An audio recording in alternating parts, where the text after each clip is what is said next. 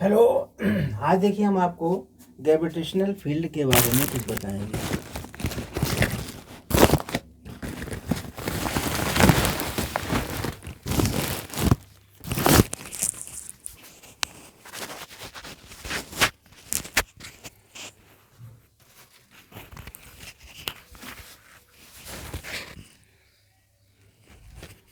देखिए आज हम आपको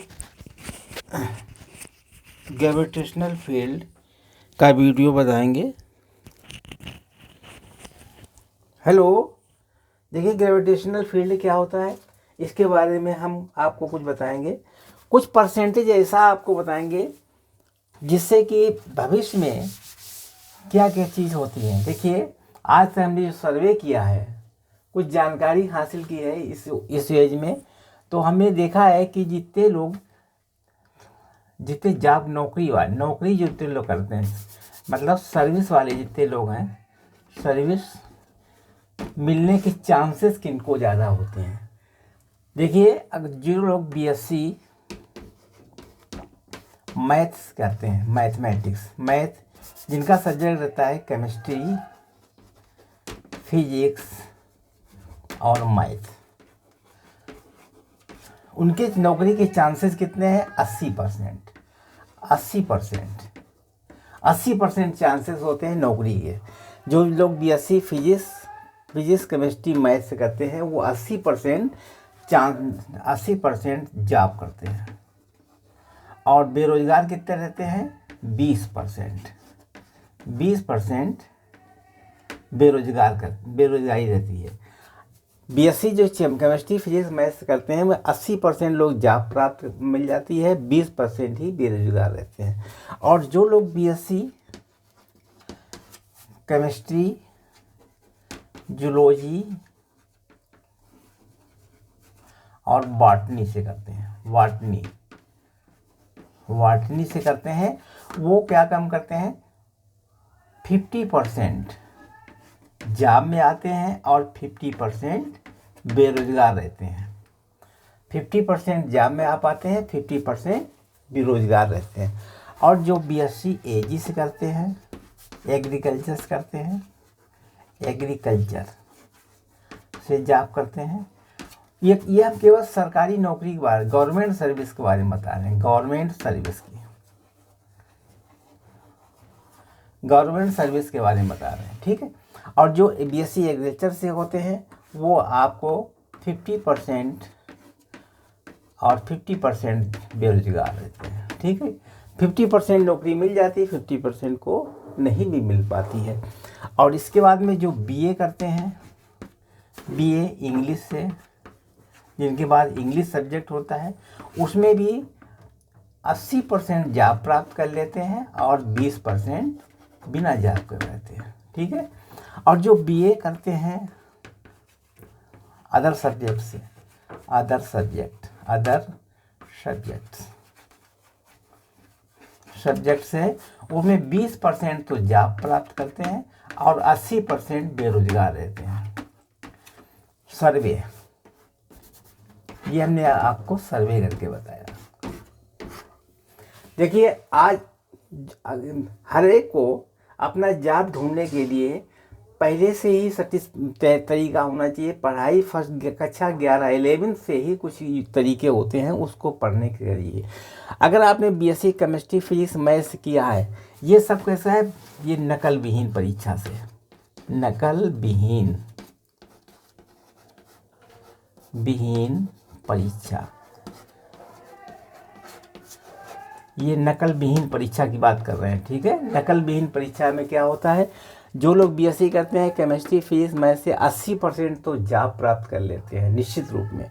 और जिन्होंने नकल विहीन पढ़ के बीएससी किया है, या नहीं नकल करके कहीं प्राइवेट सेंटर ले लिया है और जाकर वहाँ पर नकल कर ली है, पढ़ के नहीं की, तो वो 80%, जो नकल विहीन परीक्षा से पास किया है वो 80% तो नौकरी प्राप्त कर लेते हैं। 20% ही बेरोजगार नौकरी नहीं मिल पाती है। वो भी 20% कैसे होते हैं? जिन्होंने बहुत अच्छे ढंग से पढ़ाई नहीं की। इसके बाद बीएससी केमिस्ट्री जूलॉजी बॉटनी वाले वो आधे लग जाते हैं। 50% तो रोजगार मिल जाता है, 50% बेरोजगार भी हो जाते हैं, क्योंकि टीचर की वैकेंसी में बायोलॉजी वाले कम आ पाते हैं LT ग्रेड में। और जो BSc एग्रीकल्चर से होते हैं वो भी 50% और टू 50%, that is the chemistry physics biology तरीके से ये भी 50% होता है। और BA जो इंग्लिश से किए होते हैं उनको जॉब मिल जाता है, 80% तो जॉब में निकल जाते हैं, 20% ही छूट पाते हैं केवल। और BA अदर सब्जेक्ट जो लिए हैं उनमें 20% को जॉब मिलती है और 80% बेरोजगार हो जाते हैं। इनमें कारण क्या है? कारण ये है कि जो केमिस्ट्री फिजिक्स मैथ का स्टूडेंट है वो बड़ी मेहनत लगन से काम करता है, पढ़ता अच्छी पढ़ाई करता है, मेहनत करता है, उसको मेहनत करने की आदत बन जाती है। जितने भी कंपटीशन होते हैं उसको पढ़ने की उसको आदत बन जाती है, तो 80% वो जॉब में निकल जाते हैं, 20% नहीं निकल पाते। बायोलॉजी में भी मैथमेटिक्स से कम मेहनत पड़ती है, मैथमेटिक्स वाला ज़्यादा मेहनती होता है, इसीलिए वो 80% नौकरी प्राप्त कर लेता है। और बायोलॉजी वाले मुझसे कम मेहनत करने वाले होते हैं, वो 50% और 50% की जो अधिक मेहनत करते हैं वो इसमें निकल जाते हैं और इसमें वो रह जाते हैं। BSc एग्रीकल्चर में भी यही होता है, तमाम सब्जेक्ट होते हैं, उसमें भी प्रैक्टिकल होते हैं, प्रैक्टिकल में नंबर खूब मिलते हैं तो फर्स्ट डिवीज़न तो आ ही जाते हैं, लेकिन जॉब 50% और 50% के ही बीच में रहता है। BA इंग्लिश वाले क्या काम करिए, इंग्लिश में भी लेबर करना पड़ता है, मेहनत करनी पड़ती है, जैसे मैथमेटिक्स वाले करते हैं। इसमें भी 80 और 20 का रेशियो रहता है, नौकरी का क्या रहता है 80-20 का। और BA जो अदर सब्जेक्ट्स किए हैं इन्होंने सेकंड डिवीज़न कर लिया, थर्ड डिवीज़न कर लिया BA, और BA करने के बाद में वो 20% तो नौकरी में लगते हैं, 80% बेरोजगार होते हैं। ये नकल विहीन परीक्षा की हमने थ्योरी बता दी है। इस तरीके से आप अपनी तैयारी करते रहिए। देखिए जितना ज़्यादा आप पढ़ेंगे, जितना आप लेबर करेंगे, जितनी आप मेहनत करेंगे, वो आगे कंपटीशन में काम आती है। फिजिक्स केमिस्ट्री मैथ वाला एक लेवरेज होता है, सबसे हाई जॉब इनिंग मिलती है फिजिक्स केमिस्ट्री मैथ वालों को, 80% लोग निकल जाते हैं। बायोलॉजी वाले 50% निकल पाते हैं, एग्रीकल्चर वाले भी 50% निकल जाते हैं, BA इंग्लिश वाले ही 80% निकल जाते हैं, और अदर सब्जेक्ट वाले 20% ही क्रॉस कर पाते हैं। इसी तरीके से कॉमर्स BCom वाले, BCom की क्या पोजीशन रहती है, BCom वाले भी 40 और 60% के बीच में रहते हैं, यानी 40% तो निकल जाते हैं और 60% रह जाते हैं। ठीक है, इस तरीके से ये डाटा हमने आपको बताया है। इसी तरीके से आप तैयारी करते रहिए, अच्छे ढंग से बड़ा मेहनत करिए, मेहनत का ही फल है, 80% लोग जॉब प्राप्त कर लेते हैं आज भी, ठीक, बिगाड़ नहीं।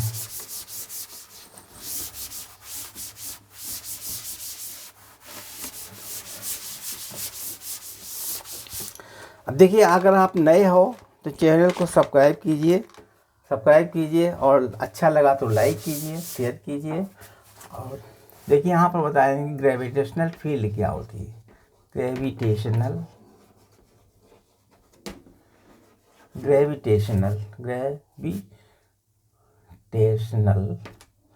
फील्ड,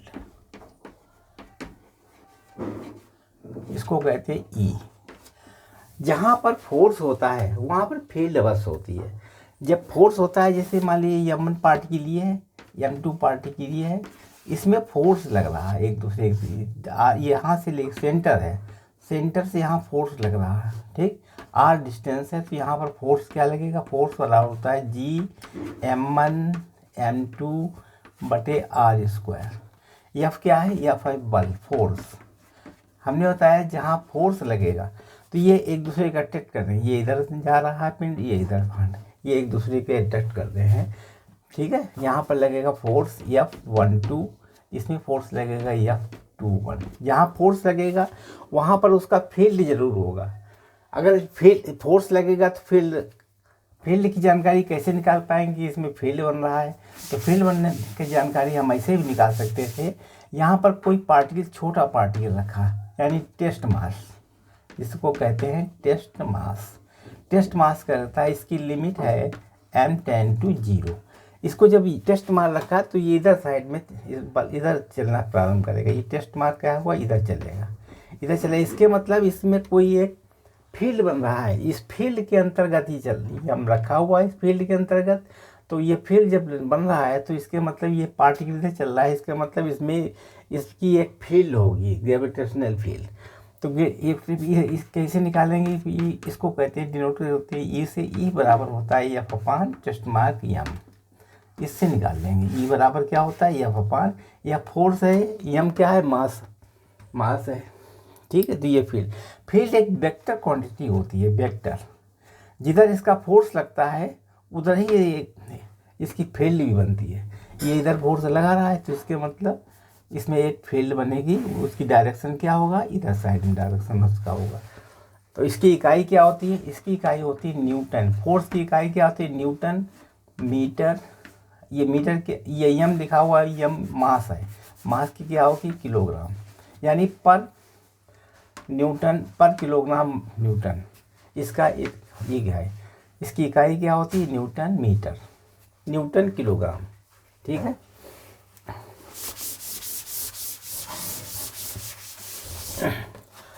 अगर मान लीजिए एफ है 20 न्यूटन, एफ कितना है? एफ 20 न्यूटन है, और मास कितना है इसके ऊपर? 5 किलोग्राम। तो इलेक्ट्रिक फील्ड कितनी होगी? इलेक्ट्रिक फील्ड वाला क्वेश्चन आप निकाल सकते हैं। ई बराबर होता है एफ अपान एम। तो एफ कितना है? 20 न्यूटन, 20/5 बराबर हो गया 5 × 20 न्यूटन प्रति किलोग्राम। यानी 1 किलोग्राम में 4 न्यूटन का फोर्स लगा। तो ये इसकी इलेक्ट्रिक फील्ड हो, मैग्नेटिक फील्ड हो जाएगी। ये क्या है? Magnetic field, magnetic field, pure magnetic field. बिगाड़ते हैं क्वेश्चन नंबर 1। कुछ क्वेश्चन हल कर रहे हैं। क्वेश्चन नंबर 1 बिगाड़ते हैं। दूसरा क्वेश्चन है क्वेश्चन नंबर 2। अगर दो पार्टिकल है, एक यम, ये पार्टिकल है यम, और दूसरा पार्टिकल है, ये पार्टिकल कितना है? इसका मास यम है, और दूसरा पार्टिकल है, इसका मास है 4m। इसका मास कितना है? 4m। इन दोनों के बीच का डिस्टेंस कितना है? 9 मीटर। 9 मीटर है। इसका फोर्स इस साइड में लगेगा और ये इस साइड में लगेगा। इसका ज़्यादा होगा फोर्स, इसका कम होगा। तो ऐसी कौन सी जगह है, कौन सा स्थान है जहाँ पर ये दोनों, इसका ग्रेविटेशनल फील्ड 0 हो जाए? ऐसे ज्ञात कीजिए इसमें कहाँ पर 0 हो जाएगा। ई का मान 0 कहाँ होगा? अब देखिए ये इधर फोर्स लगाया इसने, भी यहाँ पर नहीं हो सकता, बीच में तो हो नहीं सकता, क्योंकि इसका मास अधिक है 4m, इसका मास कम है। तो ये हमेशा किनारे हो, थोड़ा हट के होगा, यानी यम की तरफ होगा। यहाँ पे ई बराबर 0 कहाँ पर होगा? यम की तरफ। तो मान लीजिए यहाँ से यहाँ तक का डिस्टेंस x है, यहाँ से यहाँ तक का डिस्टेंस x है, और यहाँ से यहाँ तक का डिस्टेंस कितना होगा? इसका डिस्टेंस होगा 9 - x होगा। ठीक, इसका डिस्टेंस x है, इसका 9 - x। तो दोनों को निकाल लीजिए। तो E बराबर होता है F अपान E बराबर F अपान E बराबर GM अपान R²। ये सूत्र है। E बराबर क्या होता है? GM अपान R²। अब देखिए यहाँ पर G, इसका E1 मान लीजिए, इसमें इसको E1 मान लीजिए, इसको मान लीजिए आप E2। तो E1 बराबर यहाँ एक इधर लगेगा, E1 इधर लगेगा, इधर लगेगा, और E2 किधर लगेगा? इस डायरेक्शन में लगेगा। ये E2 हो जाएगा, दोनों का यहाँ पर 0 हो जाएगा। ठीक है। तो E1 बराबर है GM/R²। तो GM/R कितनी डिस्टेंस? R को हमने x माना था, यहाँ से हो गया x²। अब E2 बराबर कितना हो गया? G4m/9 - x, 9 - x का होल स्क्वायर। अब दोनों को E1 बराबर E2 कर दीजिए तो x की वैल्यू निकल आएगी। यहाँ पर लिखेंगे हम E1 बराबर E2, क्या करें? E1 बराबर E2। अब x वैल्यू निकाल लीजिए, GM/R² बराबर G4m/9 - x का होल स्क्वायर। ठीक है। अब यहाँ G से G कट गया, M से M कट गया, तो 1/, यहाँ पर यक्स रखेंगे, यहाँ यक्स स्क्वायर है, ठीक है, यहाँ पर यक्स स्क्वायर है, ये आई जी एम है ना एक्स स्क्वायर। अब यहाँ लिखेंगे 1/x स्क्वायर बराबर 4/9 माइनस यक्स का होल स्क्वायर, ठीक है। अब इसको 4 कर अब इधर बिगाड़ देंगे, यहाँ हो गया 4x स्क्वायर बराबर 9 माइनस यक्स का होल स्क्वायर।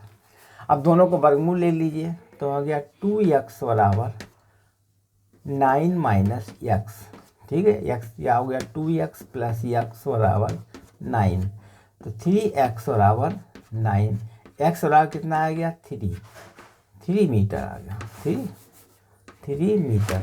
अब यहाँ से यानी m1 से m1 से 3 मीटर की दूरी पर ई के बराबर 0 हो जाएगा, ठीक है। 3 मीटर की दूरी पर यहाँ लिखेंगे फ्रॉम m1 से कितना हो जाएगा 3 मीटर दूरी पर, यानी x बराबर 3 मीटर की दूरी पर, x बराबर 3 मीटर। और उधर साइड m2 फ्रॉम m2 से कितना हो जाएगा, m2 से हो जाएगा यानी 4m से x बराबर 9 माइनस 3 बराबर 6 मीटर रहेगा, ठीक है। क्वेश्चन सॉल्व हो गया, ठीक समझ गया, इसको बिगाड़ दिया जाए। दूसरा सवाल देखो नेक्स्ट।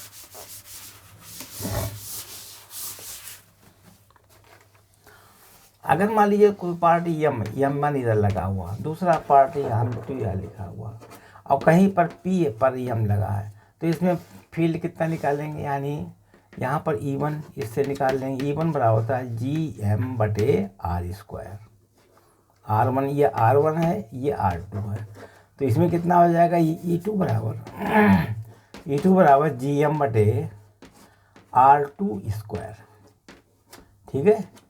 इसका कितना होगा E1 बराबर GM1 इसकी कितना हो जाएगा E ग्रेविटेशनल फील्ड कितना हो जाएगा GM1/R1 स्क्वायर,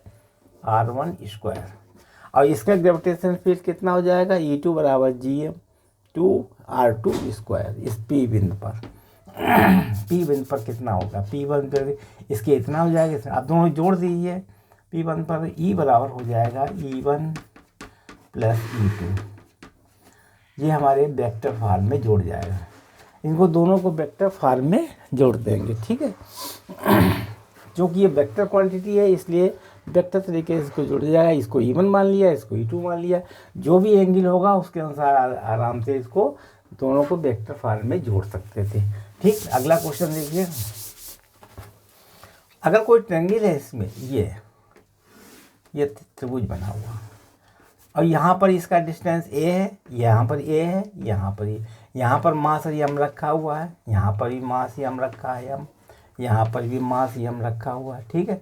इसके बिंदु यहाँ पर E ज्ञात करना है, इस बिंदु P पर, इस बिंदु P पर क्या ज्ञात करना है, ग्रेविटेशनल फील्ड ज्ञात करनी है इस बिंदु P पर या P पर। तो इसमें देखिए ये बिंदु P है, सेंटर पर है इसके, तो इस पर हमेशा किसी घिरी हुई आकृति में जहाँ पर बीच में E का मान 0 होता है, हमेशा E कितना होता है 0, वो भी हम प्रूफ करके दिखा रहे हैं। मान लीजिए यहाँ पर ये रखा हुआ बिंदु P यहाँ पर है, इधर साइड में M रखा हुआ है, यहाँ पर एंगल कितना बनेगा 160 बनेगा, ऊपर हो जाएगा, ये भी 120 हो गया, ये भी 120 हो गया, ये भी 120 रहेगा, ठीक है।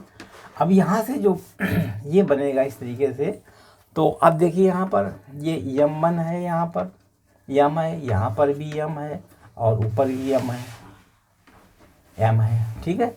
अब इसमें ये हो जाएगा इस तरीके से, देखिए यहाँ पर ये कितना ये D कितना हो जाएगा, ये E कितना हो जाएगा, यहाँ पर E का मान हो जाए, यहाँ पर 60 डिग्री होगा, यहाँ पर हो गया E cos 60 हो गया, और इसके इधर साइड में कितना होगा E sin 60, ठीक है, E sin 60 हो जाएगा। और इधर कितना होगा इसके अनुसार देखिए, अब 60 ये भी हो गया, तो इधर साइड में कितना हो जाएगा E साइन 60, साइन 60 हो गया। अब इधर कितना हो गया, ई कॉस 60। इसके एंगल, ये एंगल कितना होगा, 60 डिग्री होगा या 60 अंश होगा। अब बीच में ये हमेशा जब मिलाएंगे ये 120 अंश हो जाएगा। ऊपर भी मिलाएंगे तो ये सब 120, ये भी हो जाएगा, ये भी 120 हो जाएगा। अब जब इसको हमने यहाँ बना लिया है 120 120 120, तो ये हाफ करेंगे तो 60 हो जाएगा, 60 अंश हो जाएगा। तो इधर साइड में जब इसके रियल पार्ट करेंगे तो ई कॉस 60 उधर हो जाएगा, इसका ई साइन 60 उधर हो जाएगा। जब ये 60 लेंगे तो ई कॉस 60 ये हो गया, ई साइन 60 इधर हो गया। दोनों ये मान कर फोर्स कट जाएंगे, ये फील्ड आपस में डिवाइड कट जाएंगे आपस में। अब ये इसका टोटल वैल्यू कितनी हो गई, ई का 60 मतलब हो गया ई गुणे 1/2 और ई गुणे 1/2, यानी कुल मिला के ये ई हो जाएगा। ई हो गया, ये ई से ई कट गया, ये ऊपर भी ई है, इलेक्ट्रिक फील्ड ऊपर है, इलेक्ट्रिक फील्ड नीचे है, तो ये भी कट जाएगा, बराबर हो जाएगा। तो इसके मतलब यहाँ पर टोटल ई का मान कितना होगा, 0 हो जाएगा, ये 0 हो जाएगा। इधर से 4 सब निकाला, जैसे हमने इसके इस एंगल से निकाला, आप इस एंगल से भी निकाल सकते हैं, इसके भी, तो सबका मान 0 हो जाएगा। ये इससे कट जाएगा, ये इससे कट जाएगा, तो ये बराबर 0। इस बीच से हम 120 तीनों को निकाल सकते ई का मान 0। इसका मतलब हुआ किसी के अंदर घिरी हुई आकृति चतुर्भुज हो चाहे चतुर्भुज हो, उसके अंदर जो सेंटर होगा उसका ई का मान 0 होगा। ठीक है, बिगाड़ दिया जाए। जैसे कोई आकृति ये है इस तरीके से, यही आकृति देख लीजिए, यहाँ पर ये मास रखा, यहाँ रखा मास, यहाँ रखा मास, यहाँ रखा, यहाँ ही हम मास रखा, यहाँ पे हम रखा, यहाँ में रखा, तो इसमें सेंटर पे ई का मान कितना होगा, 0 याद रखिए हमेशा। ठीक है, अगर सेंटर नहीं किनारे है तब कुछ और होगा। देखिए जैसे इसमें देखिए ये ट्रायंगल बना हुआ है, यहाँ पर हमने यहाँ रखा है, यहाँ पर मास रख, यहाँ पर हमें ज्ञात करना है बिंदु P पर इलेक्ट्रिक फील्ड। यहाँ पर क्या ज्ञात करना है, इलेक्ट्रिक फील्ड निकालना बिंदु P पर। ये चूँकि सेंटर पर नहीं है, यहाँ पर द्रव्यमान कितना m है, यहाँ पर द्रव्यमान कितना m है, यहाँ पर द्रव्यमान कितना m है, ये डिस्टेंस a है, ये डिस्टेंस a है, ये a/2 हो जाएगी, ये a/2 हो गई डिस्टेंस। ठीक है, ये हाफ हाफ हो गई। अब हम क्या काम करेंगे, देखिए यहाँ से तो जो 4E1 लगेगा, ये ई बराबर हो जाएगा, ये कैंसिल हो जाएगा ई। अब इसका ये रहेगा ई, ये ई निकालना पड़ेगा यहाँ से ई, यानी ये इलेक्ट्रिक फील्ड ज्ञात करके कितना होगा, यहाँ से इसका इस बिंदु पर इसके through electric field, magnetic field कितना होगा, मैग्नेटिक फील्ड इसके थ्रू हो जाएगा ई बराबर Gm/r², फार्मूला लगेगा ये। ठीक है, ई बराबर Gm/r²। ये r मतलब यहाँ से यहाँ तक का डिस्टेंस कितना होगा ये पता लगाना है। अब देखिए ये डिस्टेंस पता लगाने के लिए ये a/2 है, ये a है, तो ये ज्ञात कर सकते हैं कैसे, पाइथागोरस प्रमेय लगा लीजिए। यानी इसकी लेंथ कितनी है, r² बराबर a² माइनस a/2 का स्क्वायर, तो बराबर हो जाएगा r² बराबर a² माइनस a²/4, तो r² बराबर हो जाएगा 3a²/4। तो r बराबर हो जाएगा √3a/2, ये माना जाएगा दूरी √3a/2, ये माना गया। ठीक है, बिगाड़ दें इधर। अब यही मान इसके निकाल सकते थे यहाँ पर ई पी बराबर होगा Gm/r, कितनी यहाँ निकाली थी हमने, ये √3a/2 का होल स्क्वायर, तो बराबर हो गया ई पी बिंदु पर कितना हो गया, यानी 4Gm/√3 का 3 हो गया 3a², ये मान आ गया। ठीक है, ई पी इसका इस पॉइंट का निकाल लिया हमने। ठीक है, बिगाड़ दें इसको, देख लो।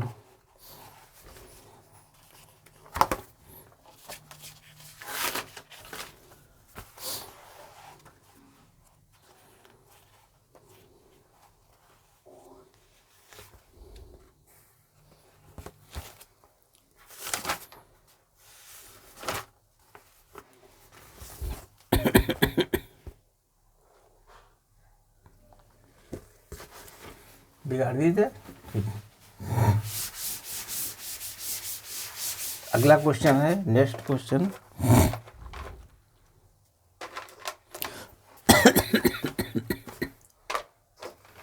मान लीजिए एक प्रकार का सेमी सर्किल है, ये सेमी सर्किल का सेंटर ये है, सेमी सर्किल है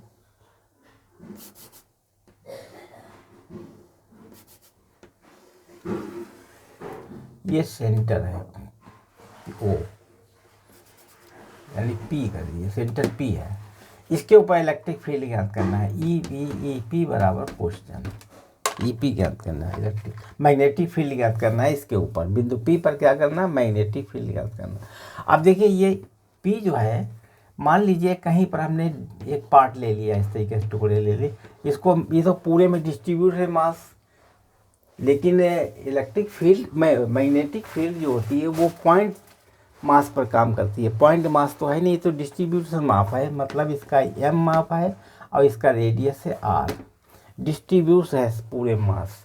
पॉइंट मास तो है नहीं, पॉइंट मास पर ही फील्ड बनती है। तो इसको हम एक प्रकार के पॉइंट मास ले लेंगे, यहाँ पर ले लीजिए मान लीजिए, या यहाँ पर मान लीजिए, इसको कह दीजिए डीएम काट लीजिए, डीएम काट करके तो सबको हम जोड़ देंगे तो आराम से पूरे का मैग्नेटिक फील्ड ज्ञात, वो मैग्नेटिक फील्ड ज्ञात, ग्रेविटेशनल फील्ड ज्ञात हो जाएगी। क्या है, gravitational field, gravitational field E ज्ञात हो जाएगी। तो इसको हम मान लीजिए यहाँ पर थीटा एंगल है, ये इसका रेडियस आर है, थीटा एंगल है, तो इसका डीएम काटेंगे तो इसको हम डी थीटा भाग काट लें, ये डी थीटा काट लें तो ये इस, अब यहाँ पर इसका रेडियस आर है, तो इसका आर कितना हो जाएगा, आर हो जाएगा आर डी थीटा हो जाएगा। ये डीएम मास हो गया, ये आर डी थीटा इसका डिस्टेंस हो गया। ठीक है, अब यहाँ पर देखिए इसके कुछ मैंने यहाँ पर ग्रेविटेशनल फील्ड के रिजल्ट पार्ट कर रहे हैं, इधर से ग्रेविटेशनल फील्ड हो जाएगा ई डी कॉस, ये डी हो गया, ये इधर हो गया डी लगेगा, डी कॉस थीटा हो गया। ऊपर कितना हो गया, ऊपर साइड में हो जाएगा बाई एक्स में डी ई साइन थीटा। आप जानते हैं थीटा के अनुसार हमने पार्ट कर दिए थे, इधर हो जाएगा डी कॉस थीटा, ऊपर हो जाएगा डी साइन थीटा। इसी तरीके से और भी निकालने, यहाँ पर डी ऐसा निकाल सकते हैं, तो उसमें भी डी साइन थीटा इधर हो जाएगा, डी कॉस थीटा इधर हो जाएगा। अगर हम इस साइड में लेंगे यहाँ पर और यहाँ का डीएम लेंगे और इसके इधर से थीटा मानेंगे तो क्या होगा, ये इधर हो जाएगा डी कॉस थीटा, इधर हो जाएगा डी कॉस थीटा हो जाएगा। अगर इसको हम यहाँ पर थीटा मान लें, ठीक है, और ये डी थीटा पार्ट ले लें तो डी थीटा ले लें, तो इधर साथ में होगा डी कॉस थीटा, उधर हो जाएगा डी साइन थीटा। तो हम देखते हैं डी कॉस थीटा दोनों आपस में कैंसिल हो जाएंगे, ये आपस में जुड़ जाएंगे। तो अगर हम डी साइन थीटा का इंटीग्रेट कर देंगे तो पूरे का इलेक्ट्रिक फील्ड ग्रेविटेशनल फील्ड ज्ञात हो जाएगी, ग्रेविटेशनल फील्ड आपकी निकल आएगी बिंदु पी पर। तो इसके लिए क्या करेंगे, ई नेट बराबर, यानी ई पी बिंदु पी पर निकालना, ई पी बराबर होता है डी ई साइन थीटा, ऊपर लिखेगा साइन थीटा। और इसको कहाँ से करेंगे, जीरो से लेकर के पाई तक, यहाँ पर पाई एंगल बन जाएगा, जीरो से लेकर के पाई तक ले लेंगे, जीरो से लेकर के पाई तक। इसका अगर हम इंटीग्रेशन कर देंगे तो हमारा बिंदु P पर ग्रेविटेशनल फील्ड की वैल्यू ज्ञात हो जाएगी। तो अब देखिए हम मान रख दीजिएगा 0 to पाई, D बराबर किसके होगा, आप जानते हो E बराबर होता है GM बटे, अब देखो G तो रहेगा, यहाँ पर DM रहेगा, क्योंकि यहाँ पर DM पार्ट है ना, GDM बटे R स्क्वायर साइन थीटा। ठीक है, GDM बटे R² साइन थीटा। अब यहाँ पर EP लग दीजिए, EP बराबर हो जाएगा, यहाँ हो गया 0 to पाई GDM बटे R², DM बटे R² साइन थीटा। समझ गए। अब डीएम यहाँ पर चूँकि थीटा है तो यहाँ पर डीएम को हटाना पड़ेगा, तभी तो इंटीग्रेट हो पाएगा। जब यहाँ पर थीटा है तो यहाँ पर डी थीटा होना चाहिए, अगर डी थीटा नहीं तो इंटीग्रेशन नहीं हो पाएगा। इसको हटाने का तरीका ये है, पूरे का मास यम है, पूरे का मास कितना है, एम है, पूरे का डायमीटर कितना है, pi r, pi r diameter, क्योंकि पूरा को सर्किल का होता है 2 पाई आर, ये हाफ सर्किल है तो डायमीटर कितना हुआ, pi r, m upon pi r बराबर हो जाएगा, ये एम है, बराबर कितना होगा, डीएम, ये डीएम पार्ट है तो डी एम बटे इसका मान आर डी थीटा है, आर डी थीटा, आर से आर मर गया तो डी थीटा का मान कितना हो गया। अब देखिए यहाँ पर डी एम का मान निकाल लीजिए तो डी एम बराबर हो जाएगा m D theta, m D theta, m D theta upon pi, ये मान आ गया। ठीक है, डी एम बराबर हो गया एम डी थीटा, क्योंकि डी एम ये हो गया, डी एम बराबर होगा एम डी थीटा अपान पाई। अब डी एम का मान यहाँ रख देंगे हम, ऊपर बिगाड़ दें,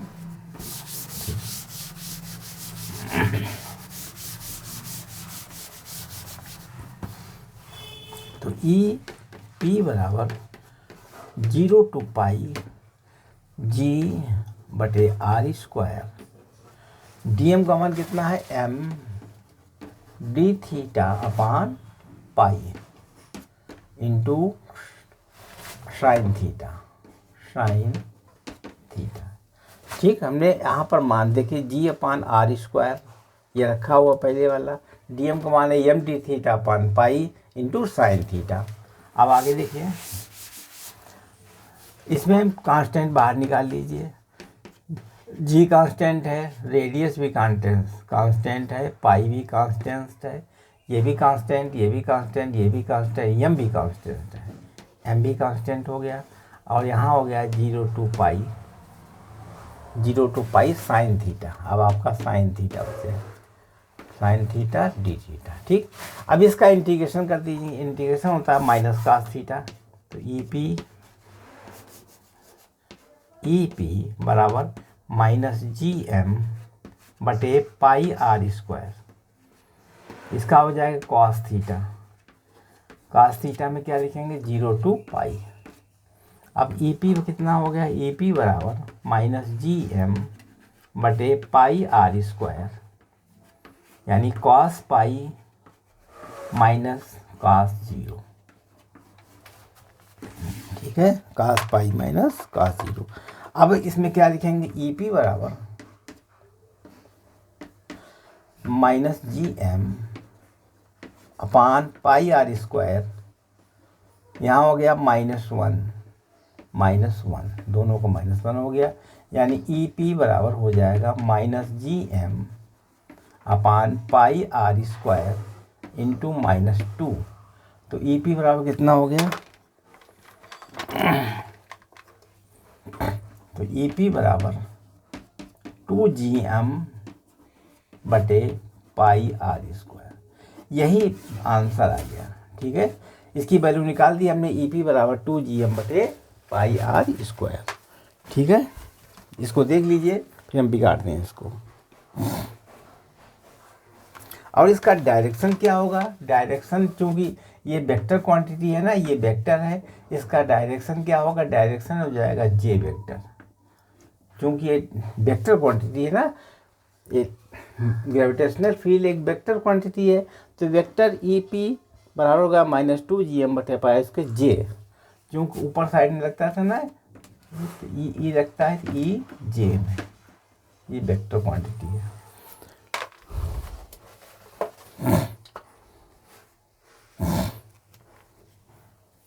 बिगाड़ दें। अगला सवाल देखिए, कोऑर्डिनेट में देखिए, अगर मान लीजिए इस तरीके से कोऑर्डिनेट बना हुआ है, इस तरीके से बड़ा बना दें, ये कोऑर्डिनेट है। अभी तो सेमी सर्किल निकाला था, अब हम कोऑर्डिनेट में मतलब इस 1/4 सर्किल निकालें। 1/4 सर्किल में क्या होगा, देखिए इसमें ये हमारा एक्स डायरेक्शन हो गया, ये हमारा वाई डायरेक्शन हो गया, तो पहले हम इसमें ई एक्स निकालेंगे, ई एक्स ज्ञात कर लीजिए और इसमें ई वाई ज्ञात कर लीजिए, ई वाई निकाल लीजिए, ई एक्स निकाल लीजिए, ठीक है। तो ऐसे ही इसको, इसका टोटल मास कितना है एम, इसका रेडियस क्या है आर, इसका रेडियस यहाँ से यहाँ तक आर है और इसका यहाँ से भी दूरी आर है, ठीक है। तो इसके लिए हम अगर मान लें हम इसको भी डीएम डीएम काट लें, यहाँ से यहाँ तक डीएम काट लें, यहाँ से यहाँ तक डीएम काट लें, यहाँ से यहाँ तक डीएम काट लें, तो डीएम डीएम जोड़ देंगे, पूरा इलेक्ट्रिक वो ग्रेविटेशनल फील्ड की वैल्यू पता हो जाएगी। तो मान लीजिए ये यहाँ पर रेडियस आर है, ये आर रेडियस है, ये वाला डीएम जो है यहाँ से एंगल थीटा बना रहा है, कितना एंगल बना रहा है थीटा, तो यहाँ का एंगल कितना हो जाएगा डी थीटा, यहाँ एंगल हो जाएगा डी थीटा, डी थीटा हो गया एंगल। तो यहाँ पर हो जाएगा ये आर, यह जस्ट आर है, जो यहाँ हो जाएगा आर डी थीटा। पहले अगर हम इसको अब इसमें इधर रिजल्ट पार्ट करेंगे, इधर हो जाएगा ई पी, ये बिंदु पी मान लीजिए, ई पी कॉस थीटा, इधर हो जाएगा ई पी कॉस थीटा, ऊपर क्या हो जाएगा E P sine theta, E P sine theta. अगर इसका निकालना चाहें तो ये ई पी साइन थीटा इसका भी हो जाएगा, किसी भी डीएम निकालें तो ई पी साइन थीटा, यहाँ ई पी कॉस थीटा, तो दो हो जाएगी, यानी ई एक्स का मान निकलेगा, ई एक्स निकाल लीजिए और फिर ई वाई निकाल लीजिए, दोनों के मान ज्ञात करके हम इसको वेक्टर्स के तरीके से जोड़ देंगे, ठीक है। अब हम कैसे निकालेंगे देखिए, डी बराबर, अब देखिए यहाँ पर कैलकुलेशन करके देखिए, डी ई बराबर इंटीग्रेशन का कर देंगे, यानी ई नेट, ई पी बराबर हो जाएगा, इंटीग्रेशन कर दीजिए इसमें, यानी ई एक्स बराबर इंटीग्रेशन 0 to π/2 हो जाएगा, क्योंकि π/2 90 डिग्री ले रहे हैं ना, 90 यहाँ हो गया डी ई कॉस थीटा, इधर से हो जाएगा cos theta, D E cos theta, D E cos theta. अब ई एक्स बराबर कितना हो गया, ई एक्स बराबर हो जाएगा 0 to π/2, डी ई बराबर क्या होगा जी डी एम बटे आर स्क्वायर कॉस थीटा। अब डीएम की वैल्यू और ज्ञात करनी है आपको है, डीएम कैसे निकलेगा देखिए, टोटल इसका एम है, एम और ये रेडियस यहाँ से यहाँ तक का डिस्टेंस कितना होगा, यानी 2πr का फोर्थ है, यानी 2πr पूरा होता है, इसका चौथाई है 4, बराबर हो गया डीएम बटे, इसका मास कितना है डीएम, इसका यहाँ से यहाँ तक कितना है R D theta, R D theta, ये आर है आर डी थीटा, ठीक है। ये 4 ऊपर चला गया, यानी 2 से 2 काट दीजिए, 2 ऊपर चला गया, 2m बटे पाई, ये आर से आर कट गया, 2m बटे पाई, यानी 2 ऊपर चला गया, पाई 2m बटे पाई बराबर dm बटे डी थीटा। तो dm बराबर क्या हो गया, अब डी थीटा यहाँ चला जाएगा, डी थीटा हो गया, तो इसकी जगह भी यहाँ रख दीजिए मान, ई एक्स बराबर 0 to π/2 2m डी थी 2m बटे पाई डी थीटा, ठीक है। यहाँ रख देंगे, छोड़िए यहाँ पर, इधर आ जाइए,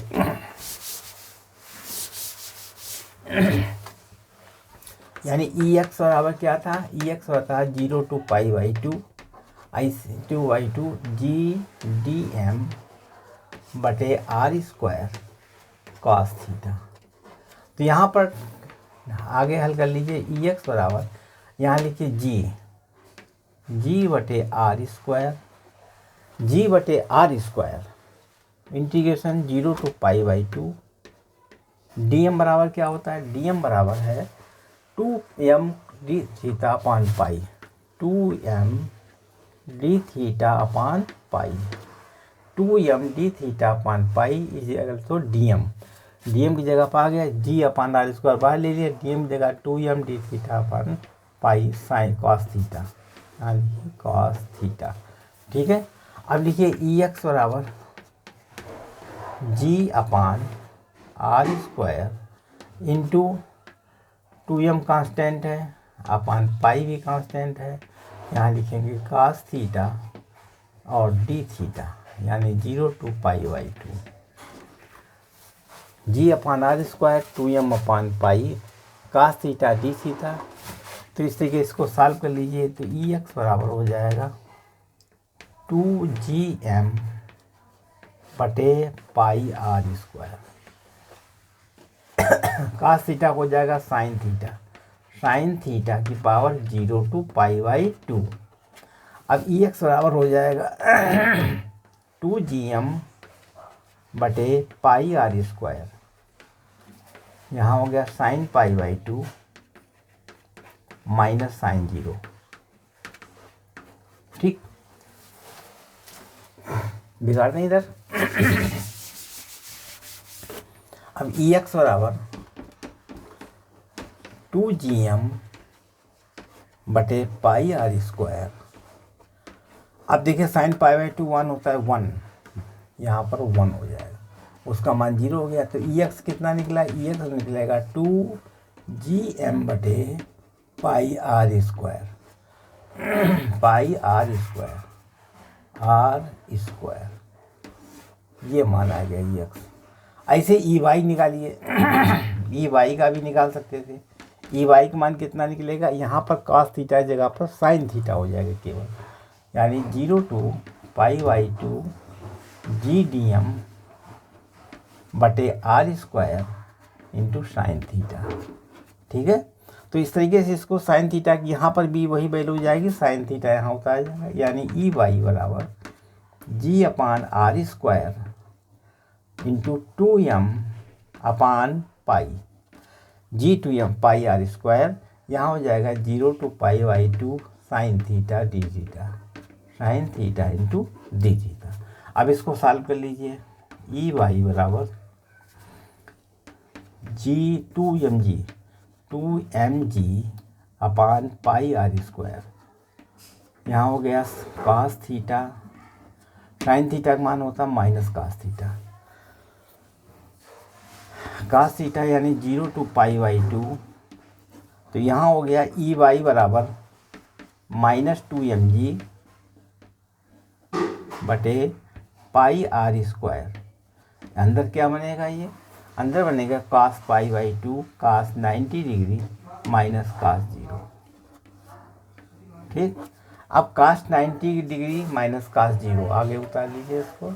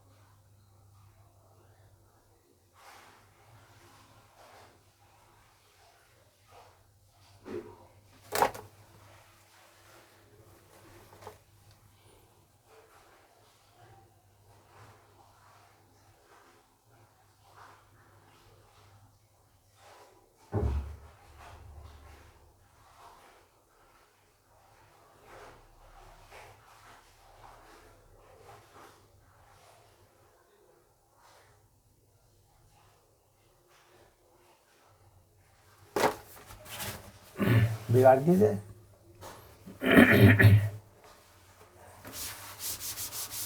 यहाँ देखिए ई वाई बराबर -2mg बटे पाई आर स्क्वायर। -2mg कास 90 का मान कितना होता है, कास 90 का मान होता है 0, कास 0 का मान -1, यानी 0 माइनस -1 हो गया। यहाँ पर हो गया ई वाई बराबर 2mg upon pi are square. ये निकलेगा ई वाई का मान। ठीक है, करेक्ट। बिगाड़ दें अब इसको, यानी ई एक्स और ई वाई ज्ञात हो गया हमारा। ई एक्स कितना निकला था, ई एक्स ये निकला था, ई एक्स निकाल चुके हैं और ई वाई भी निकाल चुके हैं रिगार्ड में।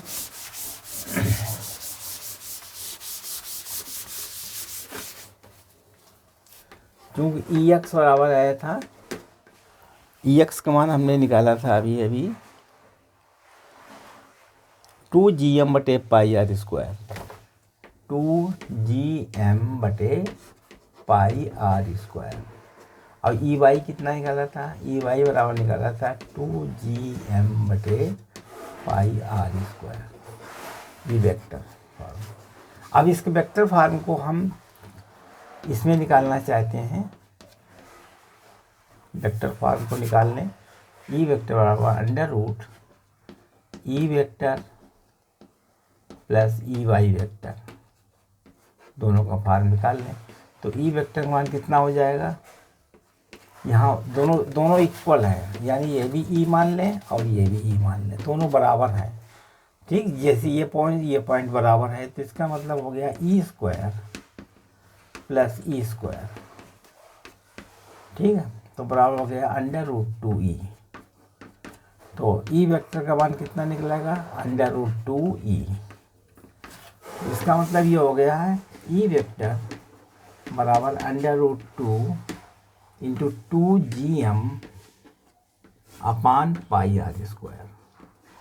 ठीक है, यानी ई वेक्टर का मान हो गया है 2√2gm/πr²। ठीक है, ये हमारा निकला। ठीक,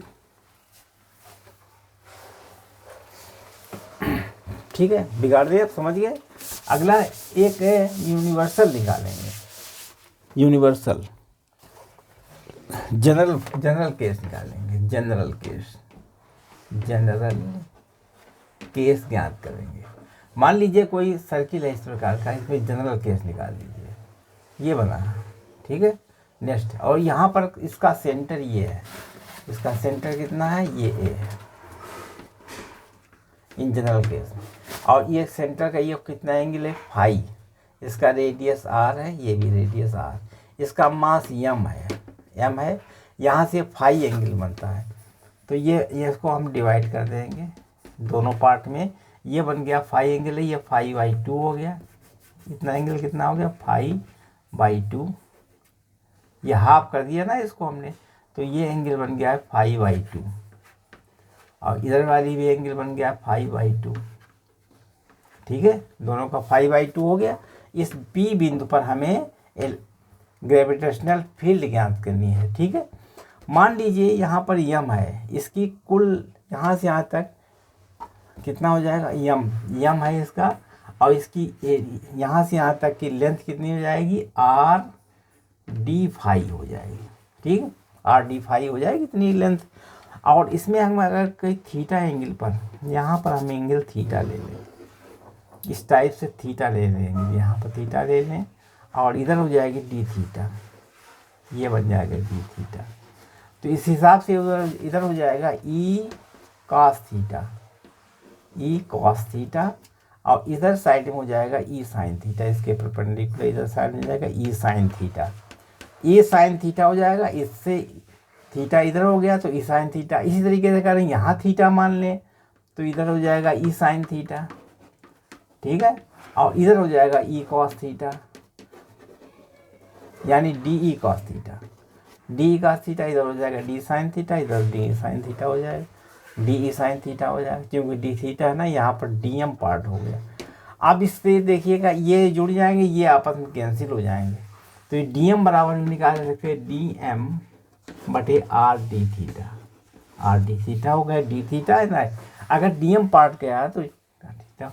अब डी एम की वैल्यू भी ले सकते हैं, डी एम बराबर हो जाएगा r कैंसिल हो गया, डी एम बराबर हो गया r कैंसिल हो गया, यानी m डी थीटा, m हो गया डी थीटा अपान d∅। ठीक, क्योंकि d∅ ने लिखा के पूरा फाई लिखेंगे, क्योंकि इसमें हमने एंगल पूरा फाई लिया है। d∅ क्या लिखे, फाई हो जाएगा। यहाँ पर एंगल कितना रहेगा, यहाँ पर फाई। यानी डीएम की वैल्यू देखो ये निकाल दिया अभी हमने पहले, क्योंकि डीएम निकालना पड़ता था। तो डीएम बराबर होता है M D theta upon phi, ये डी थीटा हो जाएगा। अब इसको बिगाड़ दें। अब हमें ईपी ज्ञात करने के लिए क्या काम करेंगे, ईपी बराबर हो जाएगा -5/2 टू 5/2, यहाँ हो गया D E cos theta, D E cos theta. तो ई पी बराबर -5/2 से 5/2 तक, डी बराबर होता है जी डी एम बटे आर स्क्वायर कॉस थीटा। ठीक है, अब डी एम का मान रख दीजिए इसमें, डी एम। तो ई पी बराबर हो जाएगा -5/2 टू 5/2, जी डी एम बराबर किसके है, M D theta upon are square into 5, G upon are square constant पहले ले लिया हमने, डी एम है M D theta upon 5 into cos theta. ठीक है, इधर बिगाड़ दें।